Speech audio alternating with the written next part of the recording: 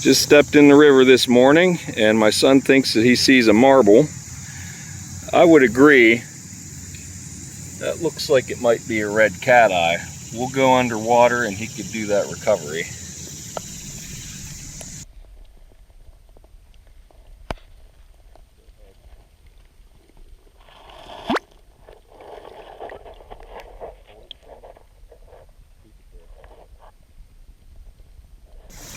Oh, you got number 2 for the day.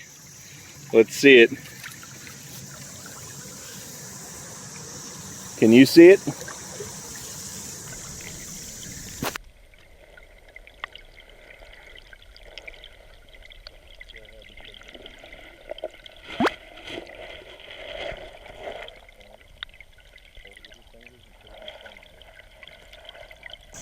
All right, now I got my first one. It's going to be a competition then to see who could find the most. And you could definitely see that. Green with a little bit of white will go under.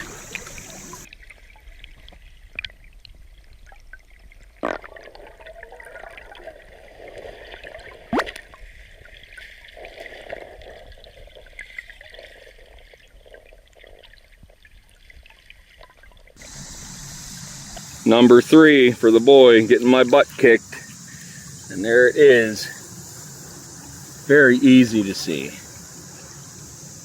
Dead. No skill involved at all, right? Dead.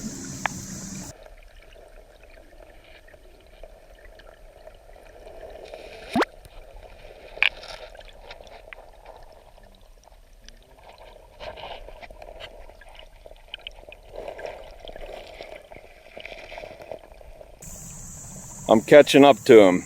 Got another one here. Right there. Oh, I know you can see it. There he goes. Go down and grab that real quick.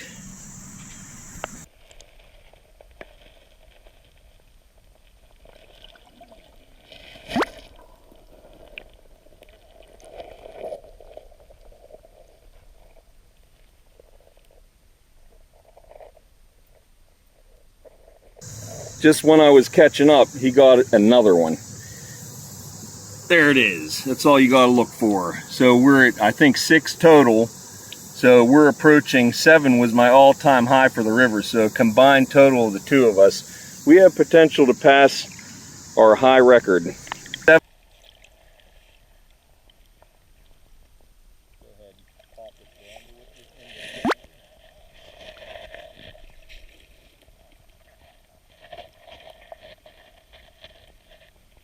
He found his 5th marble, which means that our total was 7, which ties our all-time record for river marbles. But yes, there it is. Let's go get it.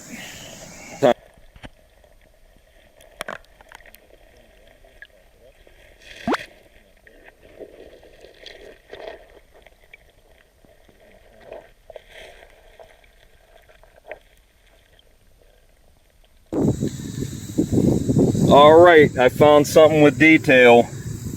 It could be good. We're gonna go and get it.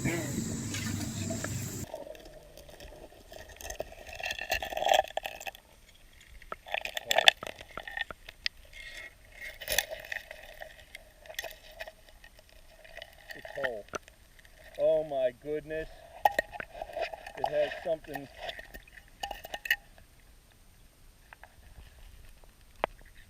Oh man, sweet.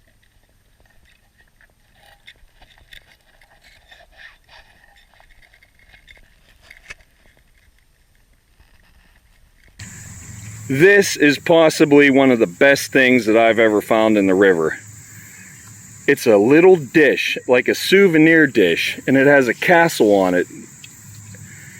And it could be a souvenir or it could be from another country. Stuff in this river is from pioneer age up to now. A lot of cork tops in this area. When I feel the back of it, it's kind of wavy and it looks like it was a crude manufacturing process. So what I'll do later, I'll take a picture with the Google whatever and it'll analyze it and hopefully it'll show me something similar so I could identify this. Under a bunch of rocks, not a chip on it.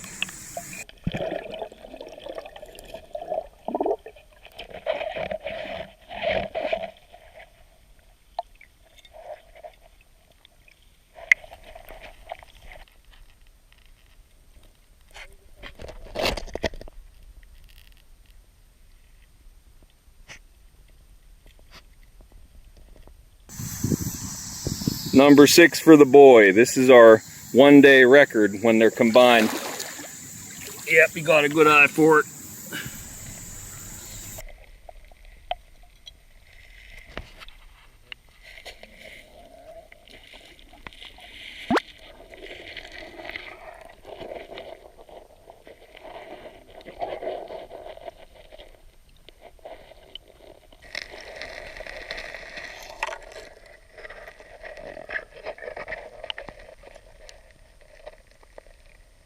So he listened to what I said about things collecting in tires, and it's a possibility that he found another marble.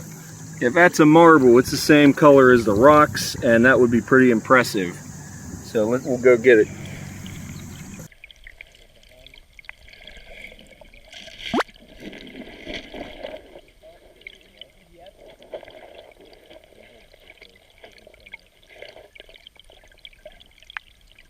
Number 3, and this one looked exactly like any number of mussel shells on the bottom. It's a miracle I seen it. I don't even know why I probed it, but here we go. Can you see that?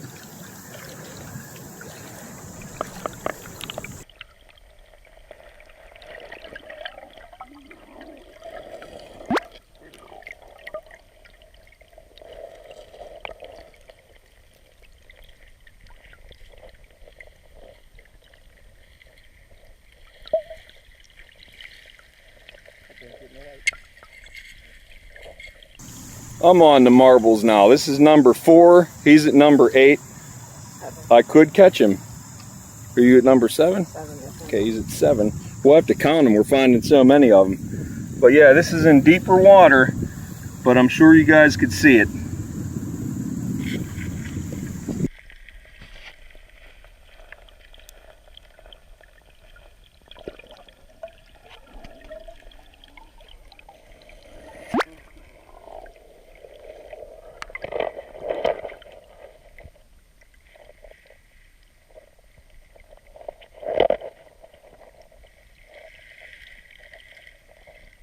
So another thing that you could do, and I'm just going to show you the technique here. I don't know if I'm going to find anything, but you could probe for bottles. You take something like this fiberglass rod, metal rods are better. Always be careful. If the ground is stiff and they bend, things could break, they could come up at you. So take things nice and slow.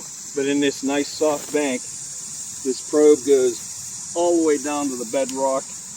If there's a bottle that's out of sight or a debris of like a glass bottle dump, I should be able to tap into that and hear it. So perhaps I'll mess around with this for a little bit, and if I find anything, we'll have a look together.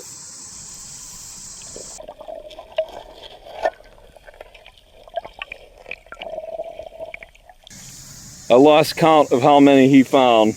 We're walking out and I think he got another one. Right there in the center.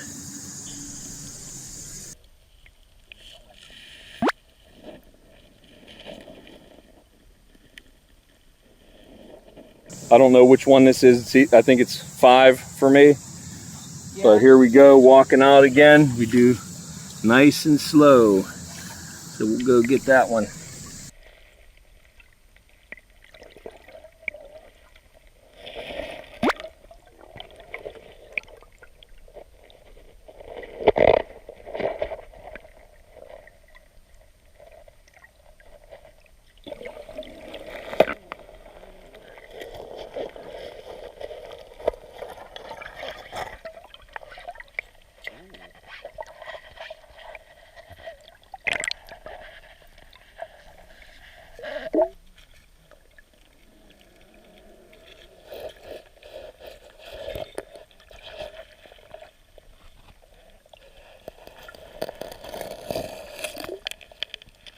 It's a whole mill.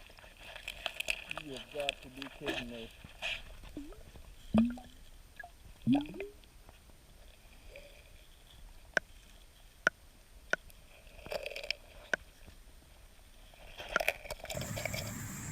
This is a milk that I do not have yet.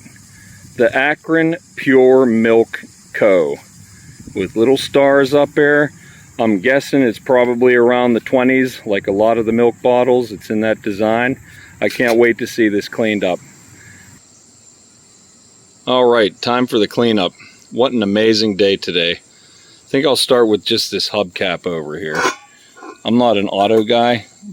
Hubcap, mooncap, whatever it is. If anyone knows what kind of car this is or what year it's from, go ahead and leave a comment so we all know what that is.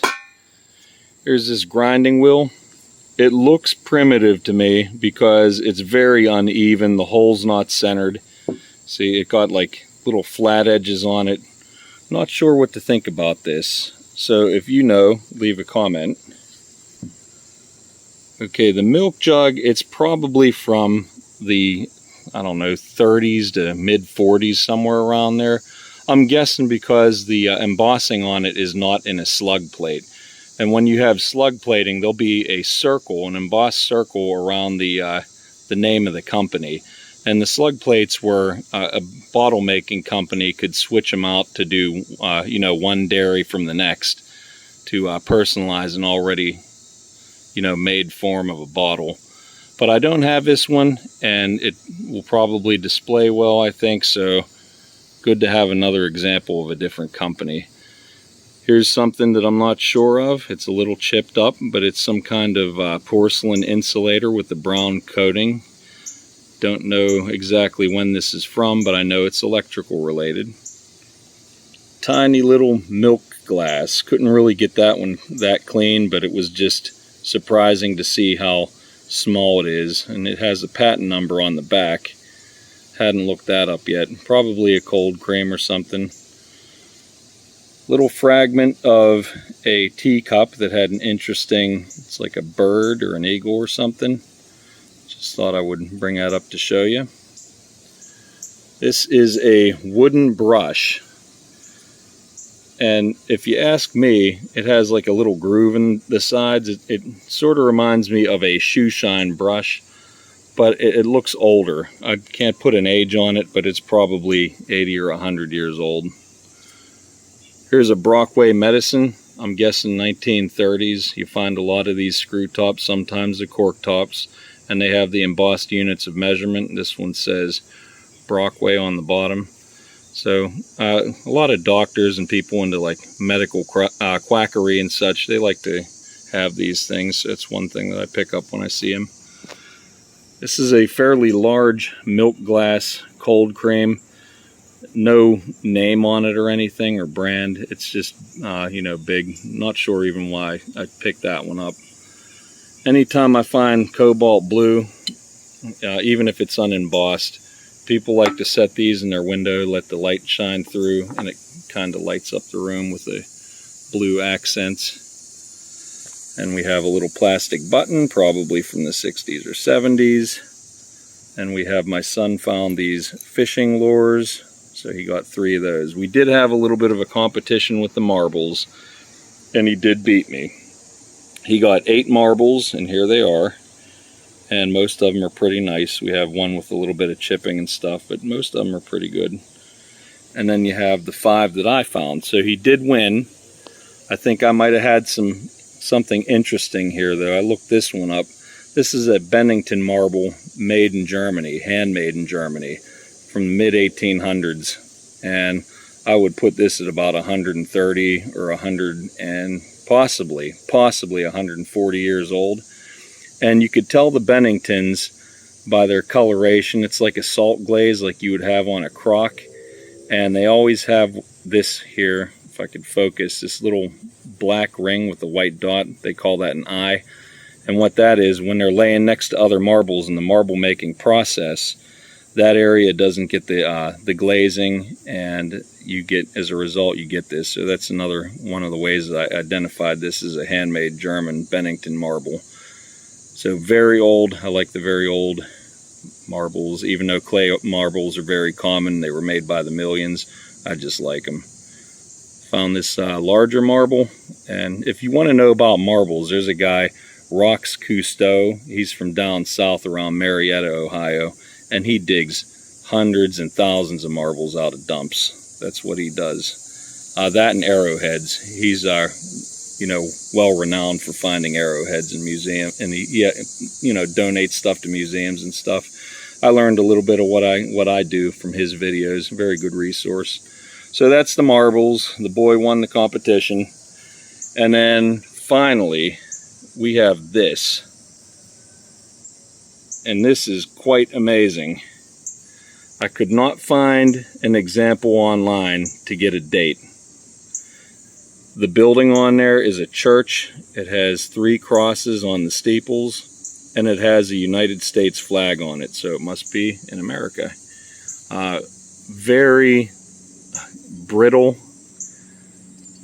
The back didn't come as clean, and I see like waviness on the back, and then there's that line in the back that to me it looks like a crude manufacturing process. Another example of how does it survive. This is probably one of my favorite things for all of 2021. It's definitely, you know, the piece that it shouldn't be here. It was under a bunch of rocks. It just shouldn't be here, but somehow it survived all those years waiting for me. Judging by the process for which it's made, I gotta say it's at least over 100 years old. I could be wrong, but I'm fairly certain that's over 100 years old. And that's about it. Another good hunt, and I hope to see you on the next one.